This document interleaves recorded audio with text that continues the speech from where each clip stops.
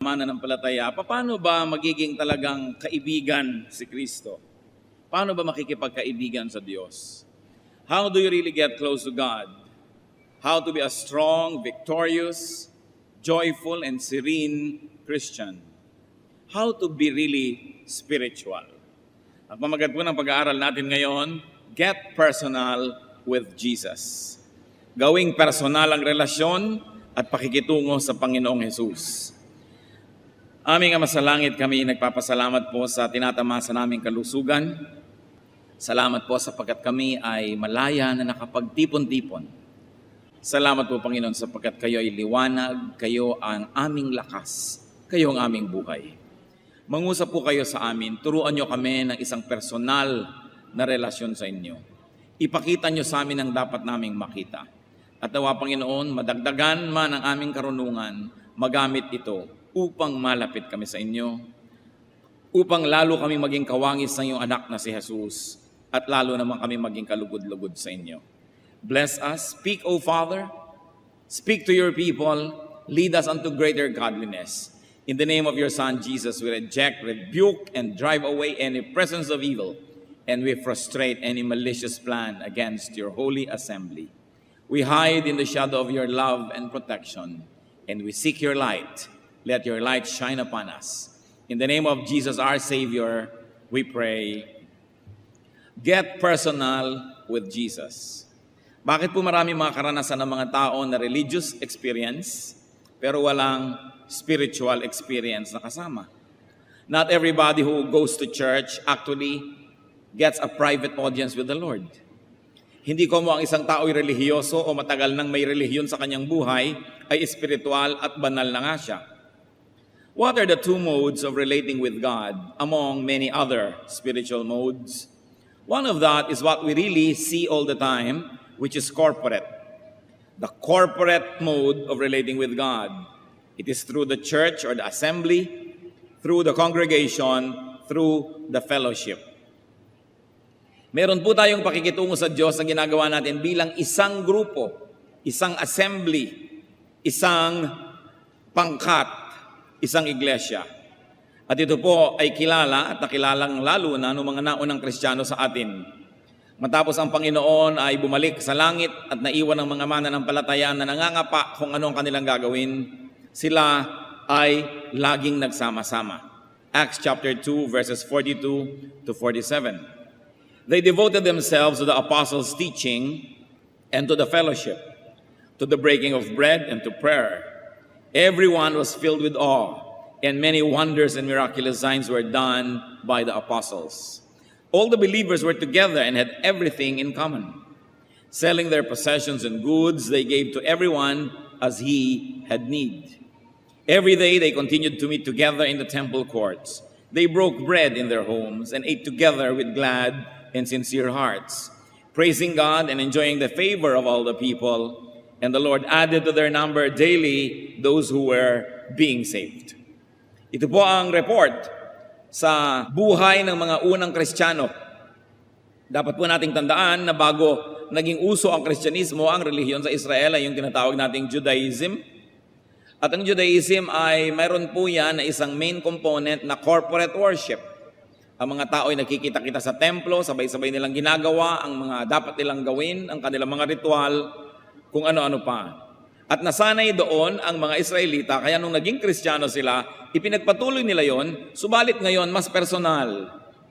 Sapagkat hindi sila ang official religion at that time, in fact, they were considered a cult at that time, so they were meeting in people's homes.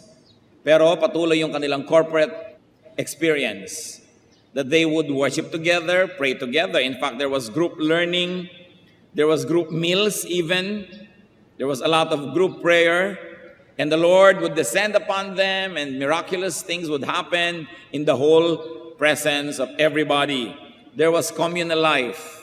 In other words, communal religion of Judaism was brought in a more personal but nevertheless still a communal way by the new Christians. Natural, ito po ang reaction nila sa event because naging outsider sila from just practitioners of the old religion Nagkaroon sila ng bagong experience. Nagkaroon sila ng hatatawag niyong born again experience. Nagkaroon sila ng bagong experience sa Diyos, pananaw. Kaya sila ay itinuring ng mga taga-dating relihiyon na outsiders. Maituturing pa sila siguro mga rebelde, mga gumagawa ng iba na namang uri ng relihiyon. Kaya ang kanilang ginawa ay nagsama-sama because they found comfort in each other's presence. Because there was a lot of threat and persecution, alienation from their old friends, from people who remained in their old religion. So there was separation. They gave strength to each other, and they drew strength from each other. And miracles were done in the assembly. These miracles were the result of their unity, and at the same time, these miracles encouraged further unity. So ang una pong nakilala nila na uri ng pananalig na ganito ay yung maraming kasama. Kaya sabi sa Hebrews 10:25, let us not give up meeting together, as some are in the habit of doing, but let us encourage one another. So the fellowship was meant to accomplish, among other things, encouragement for one another. Pero meron pa pong isang uri ng paglagong espiritual, at yun ang nais nating bigyan ng pansin ngayon. That aside from the corporate experience and the corporate activities, it is important for us to get personal with Jesus and to have a personal religion, a personal practice and development of spirituality. It is something that is between you and the Lord alone. Na hindi mo kailangan at dapat wala ng speaker, Bible study leader, walang usheret, walang mga kung ano-anong mga musician and singers and dancers, because it's between you and God.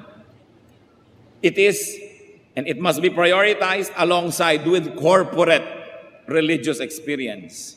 And the Lord Jesus taught and modeled a very personal relationship with God. Mga kapatid, ito pong isang uri ng paglago ng Kristiyano na madalas ay napapabayaan. Halatang-halata pag napapabayaan natin yung corporate or group experience. Absent ka sa church, alam. May mga churches, nasa bulletin board yung pangalan mo, pag absent ka, tatawagan ka na agad, pupuntahan ka na, ba't ka absent? Alam na alam, kitang-kita. So pag nagpabaya ka dun sa yung corporate aspect of your faith, halata. Pero meron pong pagpapabaya na hindi laging nahahalata, yun ay ang personal practice of your faith. A very personal one. Kasi walang magche-check sa'yo eh. Kayo lang ng Diyos ang nag-uusap. Pero napakahalaga po nito. In fact, the Lord Jesus Christ taught about personal prayer. Very importantly, the Lord modeled it.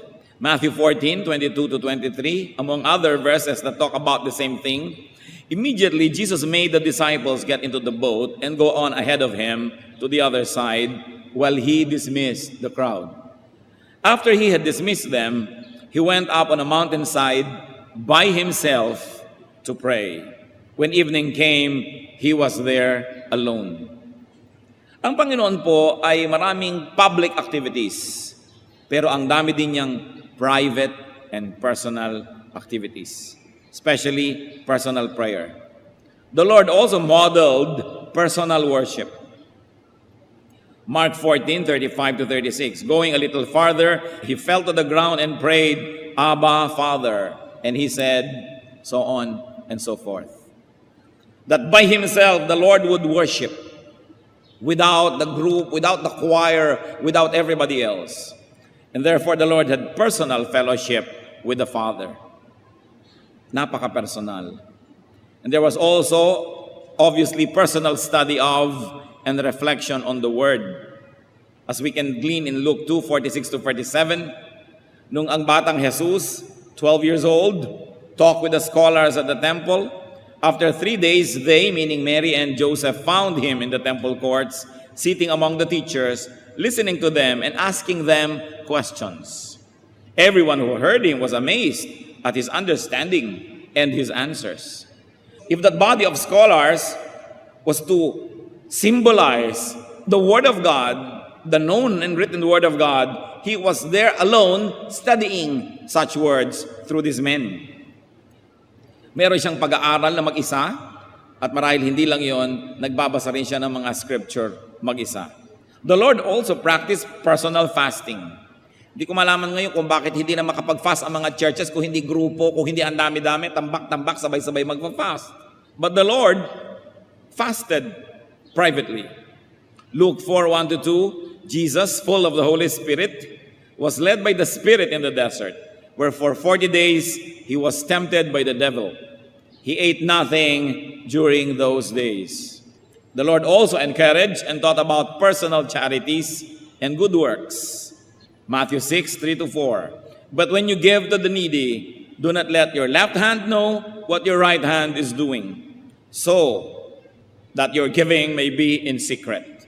Then your Father who sees what is done in secret will reward you. Sabi niya, when you pray, go into your room. Pray by yourself. When you do good things, do it alone. It doesn't mean that we're not going to pray together with other people and other believers, that we're not going to do good things in a team, but it is important to realize that part of our growth is hinged on our personal practice of the faith. Therefore, the Lord had a very personal religion and spirituality, one that even challenged the establishment and public morality. Sa sobrang development po ng personal spirituality ng Panginoon, meron siyang mga paninindigan na salungat pa nga doon sa paninindigan ng templo at sa itinuturo ng relihiyon o ng establishment. Kaya sabi niya sa Matthew 5:27-28, you have heard that it was said, do not commit adultery. Yun ay itinuturo ng temple. But I tell you that anyone who looks at a woman lustfully has already committed adultery with her in his heart. So it was a very personal spirituality that one can actually commit rape and adultery alone. Because when it happens inside your heart, it's very private and personal. It has already happened and done damage to your spirit. Very personal. Matthew 5:38-39. You have heard that it was said, eye for eye and tooth for tooth. But I tell you, do not resist an evil person. If someone strikes you on the right cheek, turn to him the other also.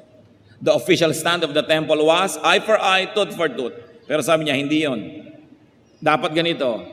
Tinanggalan ka na ng balabal, gusto mo ibigay mo pa yung kamiseta mo. Kung gusto mong tunay na maging makadiyos.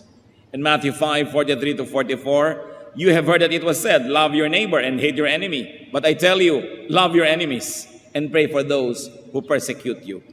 Because of his spiritual practice and because of his very personal spirituality, he was able to transcend and go beyond the religious modes and the religious standards of the day. Kung lagi lang po tayong kasama ng kongregasyon, lagi lang tayong kasama ng grupo, kung merong moral standard yung grupo na yon, maaaring yun na ang maging stand natin at maaaring hindi na tayo makalampas pa doon. But because the Lord practiced very private spirituality, He was able to transcend that which only the group could reach as a group. Nalampasan niya pa. Sabi niya dati, sinasabing bawal makipagmangalon niya, pero tingnan mo pa lang nang may paghahangad, nangalon niya ka na sa loob ng iyong puso. It was very personal. Therefore, the Lord was able to practice personal morality. If we're going to base our morality only on what the crowd, what the throngs, or what the mob requires, it is possible that you will not go deeper. Hanggang doon lang yung hinihingi ng mga tao. Sa atin pong case, and basing it on the model and teachings of the Lord, how can we get personal with Jesus, with God? Kasabay at lampas sa ating corporate religiosity and spirituality, how can we be personal? Certainly we should develop, strengthen, pursue, and maintain personal prayer life tulad ng Panginoon. Uma-attend po siguro kayo ng prayer meetings. Siguro pag sa ating program, yumuko po tayo at manalangin. Nakikiyuko tayo at nananalangin dahil yan ang ginagawa ng lahat. Pero nananalangin pa ba kayo kung mag-isa na lang? Kumusta? Sabi ng Panginoon sa Matthew 6:6, when you pray, go into your room, close the door, and pray to your Father who is unseen. Then your Father who sees what is done in secret will reward you. Napakasarap naman kung ikay magulang, bigla mong binuksan ang kwarto ng iyong anak at nabisto mo na ang ginagawa ng iyong anak in secret ay nananalangin. Pero kung biglang pinatay ang computer, biglang inilipat ang isang buton dahil meron palang pinupuntahan siyang hindi dapat puntahan dyan sa internet, yun ang ginagawa in secret. Ang ginagawa pala pag nakasara ang kwarto, nanonood ng kung ano-anong video hindi dapat panoorin, nagbabasa ng hindi dapat basahin, yun pala ang ginagawa in secret. Pero ang sabi ng Panginoon, when you want to pray, go into your room and pray in secret. Of course, this is a reaction to the exaggerated attention that the Israelites have given to public exercise of spirituality. That now they were doing it for the sake of what the public will see, no longer for the sake of what the Lord would see. Naging pakitang tao ang relihiyon. This is a reaction. Sabi ni Lord, you want to really earn points in heaven? You truly want to please God? Pray in private when no person can praise you, and you will not earn social points by being tagged as a religious person. That is a pure kind of prayer. So are we closing the door behind us and praying to our Father in secret? How is our personal prayer life? Gaano karami sa atin ang nakakahigit ng 20 minutos ng prayer sa isang araw, kasama na ang panalangin sa pagkain? Remember the emphasis of the Lord, personal prayer. That's important if you will grow spiritually. And we must have personal worship. Pwede bang biglang binuksan mo naman ang pinto at nakita mo naman ang member ng iyong pamilya nagwo-worship kay Lord? Maybe singing to the Lord, maybe kneeling, maybe dancing to the Lord, praising God privately. Si Job had an example, chapter 1, verse 20. At this, Job got up and tore his robe and shaved his head. Then he fell to the ground in worship. Definitely he was alone because even his wife was torturing him. Pero nananalangin siya, nag-worship siyang mag-isa. Tayo po ba nakakaranas at sumasamba sa Panginoon mag-isa? Kung meron kayong mahal sa buhay, di ba gusto nyo paminsan-minsan mag-isa kayo? Mag-dinner tayo, tayo lang dalawa. Magbakasyon tayo, tayo lang dalawa. Ayaw mo nang ang dami-dami kung sino-sinong nandyan, wala na kayong panahon para mapag-isa. Ganon din ang Panginoon, gusto niyang mapag-isa tayo, kasama niya. Hindi laging may tao, kasi pag may tao, himbes mag-worship ka, may kausap ka pa, nagkukwentuhan pa kayo. Meron pang oras ng worship, nagpapakitaan ng singsing. Nagpapakitaan ng kung ano-ano, nagkukwentuhan, naaagaw ang atensyon. We must have personal worship. And of course, also, we must develop a very personal fellowship with God. Pakikipagniig. We need to be alone with God. Sabi nga sa Bible, itong mga taong ito had a very personal relationship with the Lord. Noah walked with God. Abraham was called God's friend. Moses spoke to God face to face. And David was called a man after God's own heart. In spite of his public and widely publicized sins, David is called a man after God's own heart because of his private relationship, a very personal relationship with Jesus. What else should we do? To develop and maintain a personal study of and reflection on God's Word. Nabubuksan lang po ba ang Bible kung may Bible study? Baka nga kung minsan dahil sa technology, pina-PowerPoint natin, hindi na rin nabubuksan yung Bible, wala nang dala eh. Paano kung minsan nasira ang ating gamit at sinabi natin, buksan nyo ang Bible, may dala pa ba kayo? O sobrang umasa na sa technology. Kaya yung mga iba, pagka magba-Bible study, pag binuksan mo yung Biblia, dikit-dikit ang mga pahina. Hindi man lang kasi nabubulat-lat ang Bibliang ito. Ang tagal na ng Biblia, bagong-bago pa. Ezra 7:10, Ezra had devoted himself to the study of the law of the Lord. Mga kapatid, nabe-bless po tayo kung mayroong isang mag-aaral at pagkatapos tatayo dito at ibubunyag sa atin ang itinuro sa kanya ng Diyos habang nag-aaral siya, yun ang ginagawa ng preacher. Pero alam niyo po ba na napakaraming ibubunyag at ituturo ang Diyos sa inyo directly, personally, if only you would study the Word of God on your own. The Word of God is not for experts. It was written by ordinary people to be read by ordinary people. Pinapahirap lang yan ng mga scholar para sila maging importante. But I'm telling you, even without seminary education and without a PhD in theology or kung ano-ano pa, You open the Word of God, you pray, you approach it with a humble heart, and the Spirit of the Lord is going to teach you. And the joy of discovering God's truth or a certain facet of this truth in a personal way is one of the highest joys available to human beings. Gaano karami po sa atin ang nag-aaral talaga? Ay, ako po nag-aaral, nagka-quiet time ako. Nagka-quiet time ka, bubuksan mo yung iyong guide.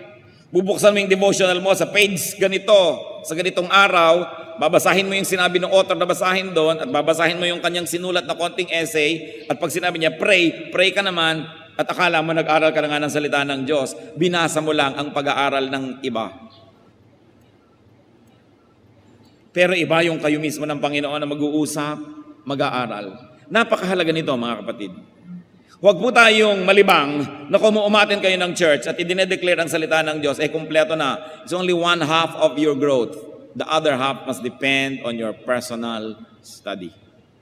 2 Timothy 4:13, when you come, sabi ni Paul, bring the cloak that I left with Carpus at Troas, and my scrolls, meaning the Bible, especially the parchments or the papers that he used as study notes. Sabi ni Paul, pag nagpunta kayo sa akin, dali nyo yung Biblia at dali nyo yung notebook ko. Kasi lagi siya nag-aaral.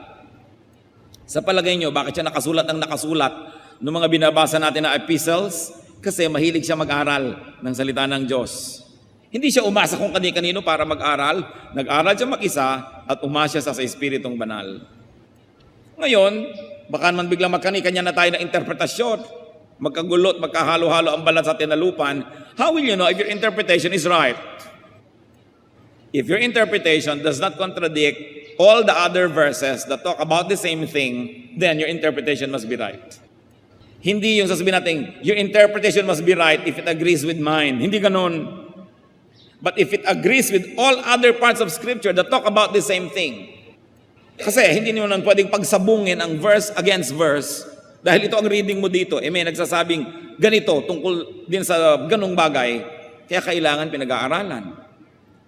At kung meron po kayong interpretasyon na sobrang kakaiba sa nakaugalian ng interpretasyon ng church for many, many centuries, well, be a little bit suspicious of your interpretation, but it doesn't mean that if it doesn't agree with everybody, ikaw ang mali at tama sila. Dahil ang Panginoon nga sinabi, you have heard that it was said, and you have accepted that it's like that, but I'm telling you, it's like this. Pero huwag naman natin agad-agad ipamamalita at gagawing doktrina kung sobrang kakaiba dahil baka nga mali. Kaya kailangan isinasangguni din natin sa ibang kapwa natin nag-aaral. But that should not discourage you from private study. Because most of what the Bible teaches will be just about our personal life and how we interpret it and how we apply it to our lives. At kung meron po kayong interpretasyon na sobrang kakaiba, tiyakin ninyo na kung i-apply nyo man sa buhay nyo, personal lang. You can say, well, to me, I'd like to obey this verse in this way, but you should not impose it on other people because it's just a very personal interpretation. Lalong-lalo sa mga spiritual gifts, tulad ng mga prophecy, visions. You say, well, nakakita ako ng ganitong panaginip at sinabi sa akin ng boses, gigising ako ng alas 3 ng umaga para mag-aral ng salita ng Diyos. Well, you may want to apply it to yourself, but you cannot make a doctrine out of it and force everybody else to wake up at 3 and study the Word of God just like you do. So pagka mga ganun ang interpretation, personal na lang ang application. Hindi mo pwedeng gawing doktrina. Kasi maaari ka naman talagang kausapin ng Diyos in a personal way. Tulad ng pinagawa niya si Noah ng ark, alangan naman gumawa tayo lahat. Pinagawa si Solomon ng temple, alangan naman gumawa tayo lahat. So may pinagagawa siya sa specific people, and even now we believe that God speaks to people. At kung minsan may ipinapagawa talaga sa iyo, may inuutos. Sabi sa iyo, itong ganito, ibigay mo kay ganon. Pero hindi mo pwedeng sabihin sa kumari mo, yung ganyan mo rin, ibigay mo rin kay ganon. Kasi ikaw yung kinausap, para sa iyo lang yun. Dapat hindi po magulo ang ating personal study. Kasi kung sobra naman nating didibdibin yung mga personal interpretation natin and we will make it mandatory for everybody else, magkakagulo. That's when you begin to consult the scholars and the so-called experts. But in your personal application, you don't need them. So long as your interpretation and your application will not contradict another verse, that talks about the same thing and will not be destructive to you and others, and will of course conform with soundness of mind. Kasi merong mga, ito po totoo, may vision ako para daw ako maging humble, kailangan humiga ako dyan sa pintuan ng simbahan at lahat ng tao ay magpunas ng paa sa aking damit. May mga nangyaring ganon sa Amerika. Hindi naman yata consistent sa character ng God yun na para ka maging humble, maging basahan ka doon sa pintuan. So baka sister naman, guni-guni mo lang yung interpretation mo. Kasi it goes against sound judgment. It goes against all logic that God would like to debase you in your personality just because God is teaching you to be humble. But don't let these issues prevent you from your personal study and reflection of God's Word. Also, we must practice personal fasting. When you are convinced and when your conscience tells you to. I cannot say, mag-fast ka. Kasi kung hindi naman tausa yung puso, baliwala rin yun. Pero anong sabi ni Lord tungkol sa fasting? Matthew 6:16-18. When you fast, do not look somber as the hypocrites do. For they disfigure their faces to show men they are fasting. I tell you the truth, they have received their full reward. Pag napuri siya ng tao dahil nagfa-fast, yun na ang reward niya, yung puri ng tao. But when you fast, put oil on your head and wash your face, so that it will not be obvious to men that you are fasting, but only to your Father who is unseen. And your Father who sees what is done in secret will reward you. So a very personal fast. Now, fasting may be physical, which means food, but more importantly, fasting should be spiritual. The denial of worldly and sinful nature. Sabi sa 1 Peter 2:11, Dear friends, I urge you, as aliens and strangers in this world, to abstain from sinful desires which war against your soul. And that is a spiritual fast. Gusto-gusto ng katawan mo yung ganitong masamang kalayaw at hilig, then you deny yourself, that's a form of fasting. In fact, much higher, I think, than just fasting from physical food. Napakahalaga po na may personal fast. It doesn't always have to be a national fast. It doesn't always have to be a whole congregational fast, but a very personal one. Then we should develop personal charity and exercise of good works. 1 Timothy 6:18, command them to be good, to be rich in good deeds, and to be generous and willing to share. When people share, when they do good things to the weak, to the needy, to the destitute, to the poor, there is a miracle that happens in their hearts, that their spirituality gets to be more sensitive, it gets developed, and you evolve spiritually. It is a result of obedience to the Lord in doing good works. We've got to develop and practice personal religion, personal spirituality. James 1:27 is very explicit. Religion that God our Father accepts as pure and faultless is this: to look after orphans and widows in their distress and to keep oneself from being polluted by the world.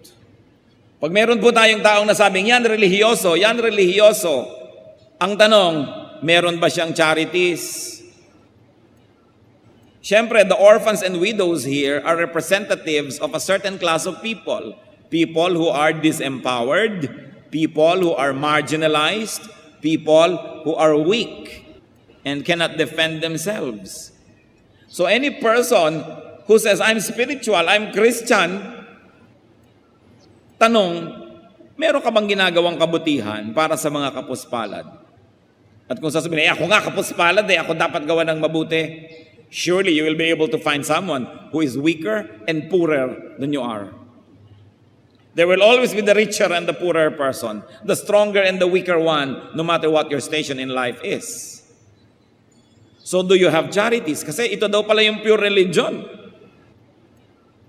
Hindi yung fasting, hindi yung pagsali sa mga grand religious activities, kundi yung personal and quiet work for the needy, for the weak, for the destitute. And to keep oneself, personal, from being polluted by the world. Yung naninindigan ka na hindi ka marumihan ng sanlibutan, maging malinis ang iyong espiritu lagi na, personally, that is religion that is undefiled before God. And if we did all that, we will be able to develop personal morality. Yung very personal, sometimes it is even against what the group considers acceptable and beyond what the group says to be right. So Genesis 39, 6-10, we witness Joseph, a very young man, a very healthy, athletic, handsome young man, being seduced by what must have been a very beautiful woman. Now Joseph was well built and handsome. And after a while, his master's wife took notice of Joseph and said, "Come to bed with me." Joseph was the master slave in the house of this Egyptian officer. And you know, Egyptian women, especially if there were wives of officers, they were always perfumed and manicured and pedicured and coiffed and beautified. Malayong-malayo pa lang, amoy lotus na sa dami ng pabango. But he refused. "With me in charge," he told her, "my master does not concern himself with anything in the house. Everything he owns, he has entrusted to my care. How then could I do such a wicked thing and sin against who? God." And though she spoke to Joseph day after day, he refused to go to bed with her or even be with her. Yan ang personal morality. How many of us will still be very highly moral if we were alone? Pag hindi mo nakasama si brother, si sister, si pastor, si elder, at tapos may nang aakit pa sa'yo with the promise of secrecy because they were already inside the same house. And he practiced a very personal morality. Ito po mga kapatid ang dapat natin marating. At nangyayari lang ito with private practice of our faith. Kahit hindi kayo umabsent sa lahat ng church activities, when you do not pray privately, when you do not privately fast, when you do not privately study the Word of God and worship God and practice all these things, you will only be one half strong. And when the crowd is not there anymore, the fellowship is not there anymore, and you're by yourself, what will you do? What will you do if you're alone? When nobody would know, or if there is a promise of secrecy? Because what we are in those moments is what we really are. So while it is commendable to be an active and functioning church member, it is important to note that there is growth in fellowship with Christians, but there's also a brand of growth that's available only in aloneness and in our personal walk with Jesus Christ. So let's get personal with Jesus. Even judgment is going to be personal. Hindi ka haharap sa Panginoon na may mga kasama ka, isa-isa nahuhukuman ang tao. Personal. Personal religiosity, personal spirituality is what and who you and I really are. Kung ano po tayo, pag nag-iisa lang, yun talaga tayo. In much the same way that nakedness is what and who you really are. That's why among the highly evolved arts, nakedness is not viewed as negative because only when the body is naked do you really truly see the person. Kaya sa arts po, walang mali siya tungkol niya sa naked body. In fact, the purity of nakedness is echoed even in Job 1:21. Naked I came from my mother's womb, and naked will I depart. So kahit naka-Amerikana ka o barong Tagalog nung ibinurol ka, ang totoo no, nung namatay ka at sa makabilang buhay ka, you were naked. 1 Timothy 6:7, for we brought nothing into the world and we can take nothing out of it, not even clothes. So merong nakedness ang ating spirit when we come to the world and when we leave it. You know what's wrong with clothes? Clothes hide the true person. Clothes cover reality and clothes give a false identity. Baka naman mamaya magpaburol kayong walang damit, lalo magkaskandalo. Hindi ito ang pinag-uusapan natin. What do I mean? Ang isang hampas lupa, ugaling basahan ng tao, bihisan mo na ang ganda-ganda, turuan mo ng deportment and courtesy, at marunong siyang magdala ng sarili. makakapangling lang na isa siyang marangal na tao. At isang kerangal-rangal na tao na hindi maka-afford ng magandang damit, gudagulan nitong mga damit na pagkakamala nating walang kwentang tao dahil yun ang suit niya. Kaya yung nakedness that shows the true person is important. Magtataka ang marami, bakit si David, nagsayaw siya before the Ark of the Covenant, before the Lord. Hinubad niya ang kanyang mga robes. At ang natira lang yung underwear niya na linen. Kaya na-scandalize ang wife niya. So niya, baduy mo, nagsayaw-sayaw ka doon, naka-briefs. Sapagkat ugali po nung araw ng mga slaves, when they dance before their masters, naka-undergarment lang sila. Dahil sinasabi nila, slave ako, wala akong karangalan, hubad ako. At yun ang ginawa ni David. Baka mapagkamalan at malito ang mga tao kung sino ang hari dahil nakabihis hari siya nung sumasayaw sa Diyos para walang kalituhan na Diyos lang ang hari, tinanggal niya yung kanyang damit na panghari at nagsuot siya ng pang-slave lamang. Kaya natuwa ang Diyos sa kanyang sayaw. Yung mga malisyoso, iba ang makikita nila doon. Pero huwag niyong kakalimutan, nung nilibak-libak nitong si Michal na asawa niya, yung sayaw ni David, the following verse said, "And Michal remained barren, childless all her life." Nagkaroon ng sumpa kasi pinentasan niya yung sayaw para sa Panginoon, nakatanggap-tanggap sa Panginoon. Huwag kayong namimintas-mintas, lalo't yung mga sumasayaw sa Panginoon. Baka rin kayo maging baog. And that is not biological because we can be spiritually childless and fruitless. Yung mahilig mamintas sa mga expressive worship sa Panginoon. So David took off his royal garment so that there would be no question as to who was king. That it was the God in heaven for whom he was dancing. Ngayon, mga kapatid, yung relihiyon na public, yung public activity, yung corporate activity, pwedeng maging tulad ng damit. Outward and public practice of religion can be like clothes. Public religion can invest a person with a false image and feeling of spirituality.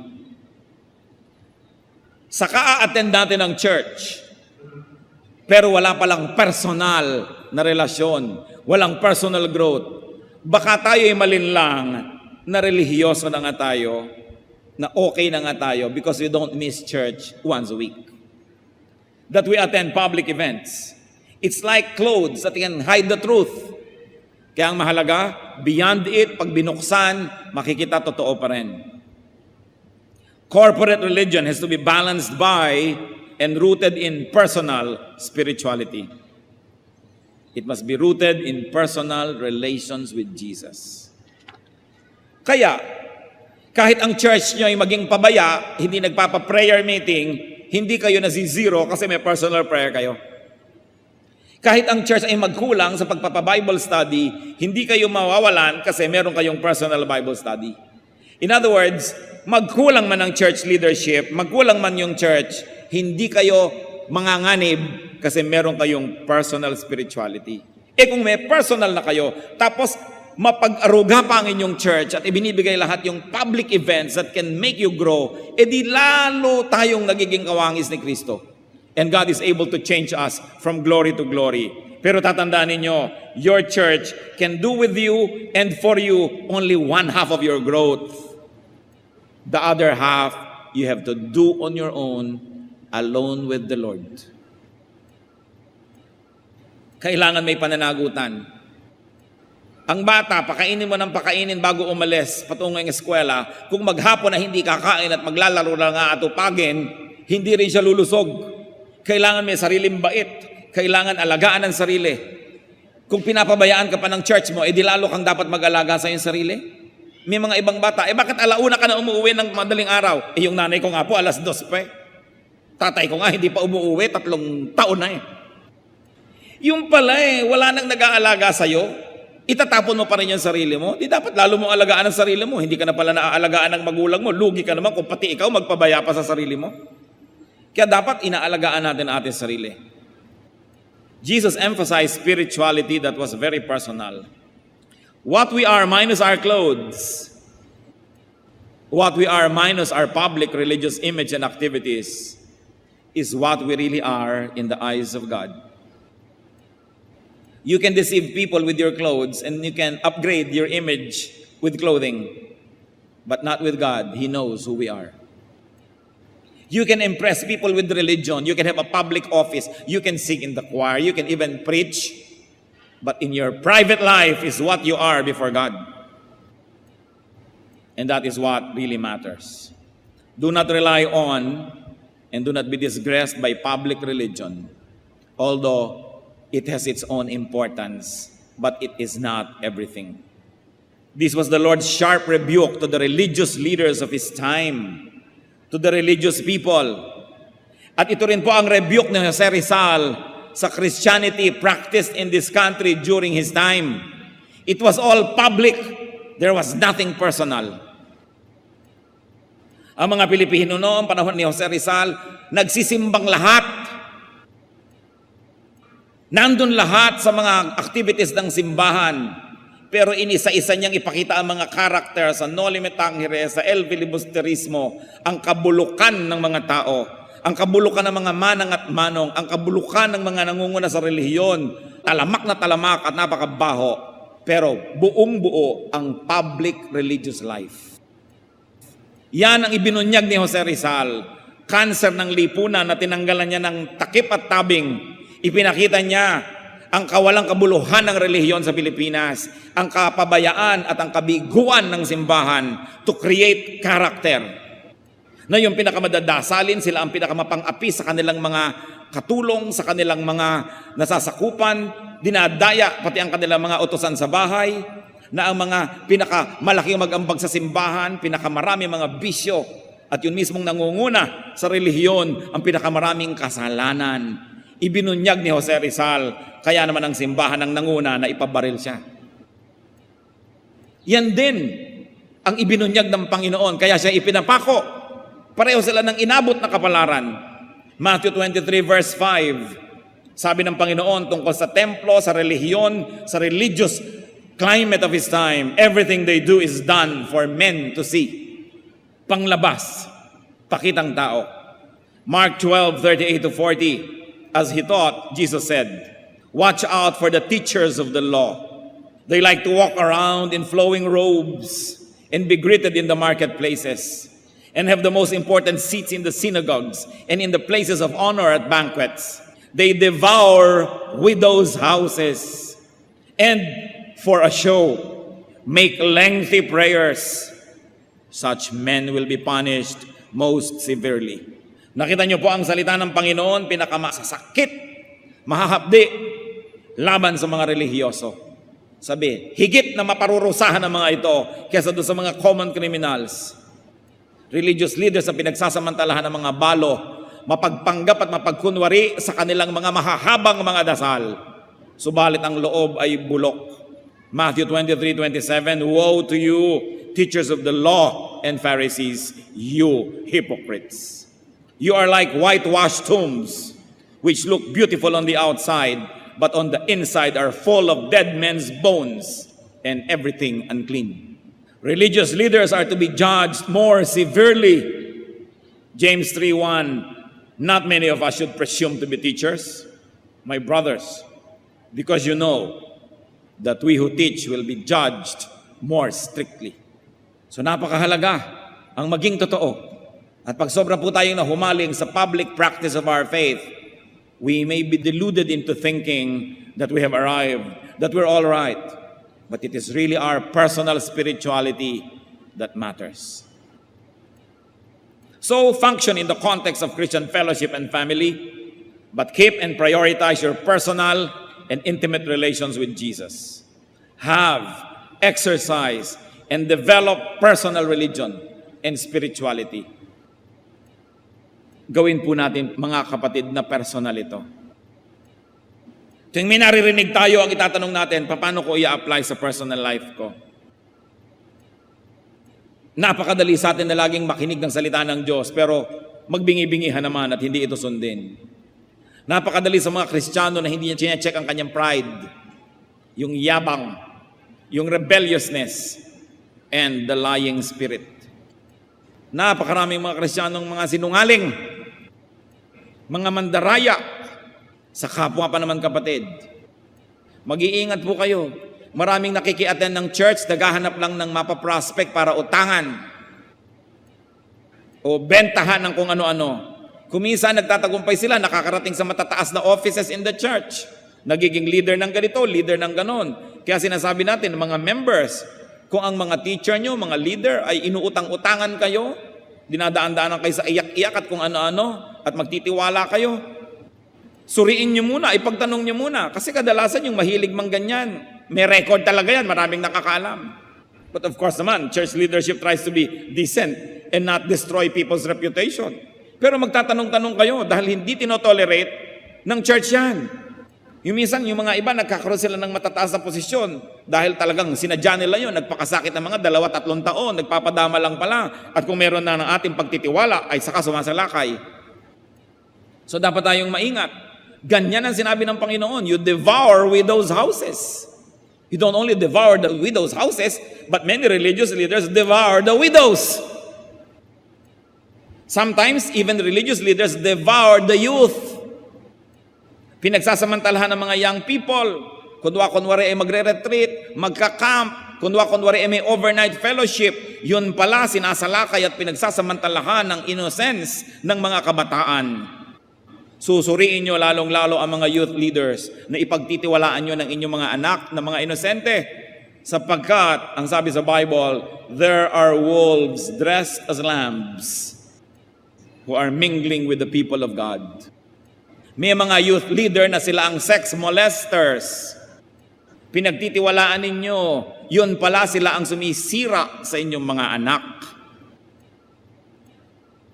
Kaya dapat tayong masuri, madalanginin, sapagkat maraming mga huwad maging sa loob ng iglesia.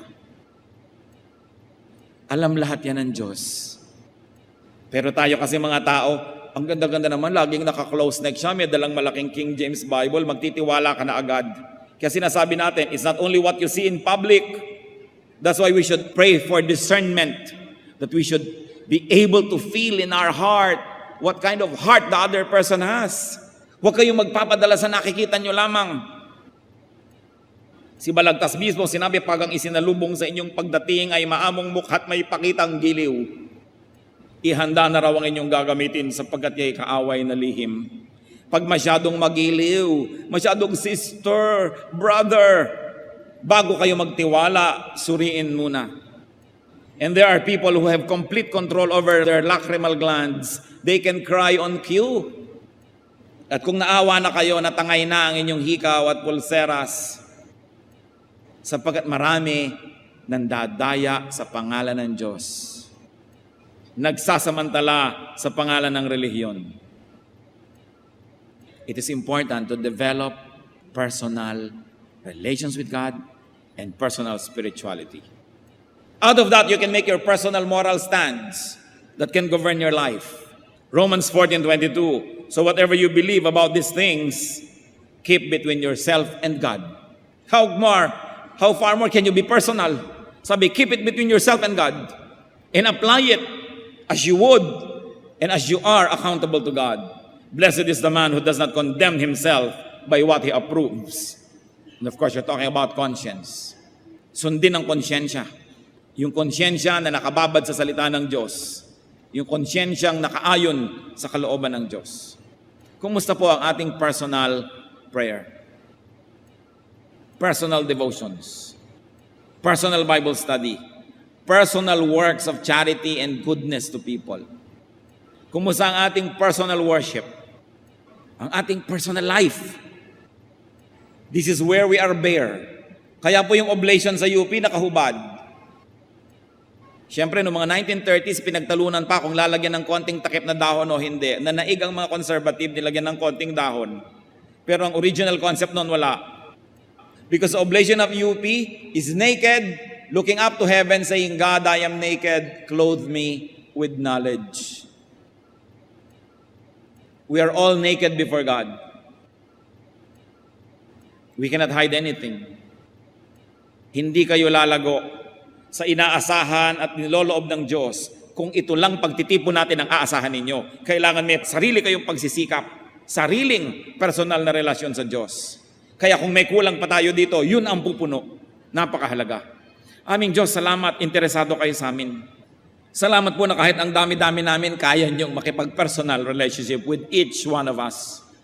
Salamat po, pinapahalagahan niyo kami that you want to be personal with us.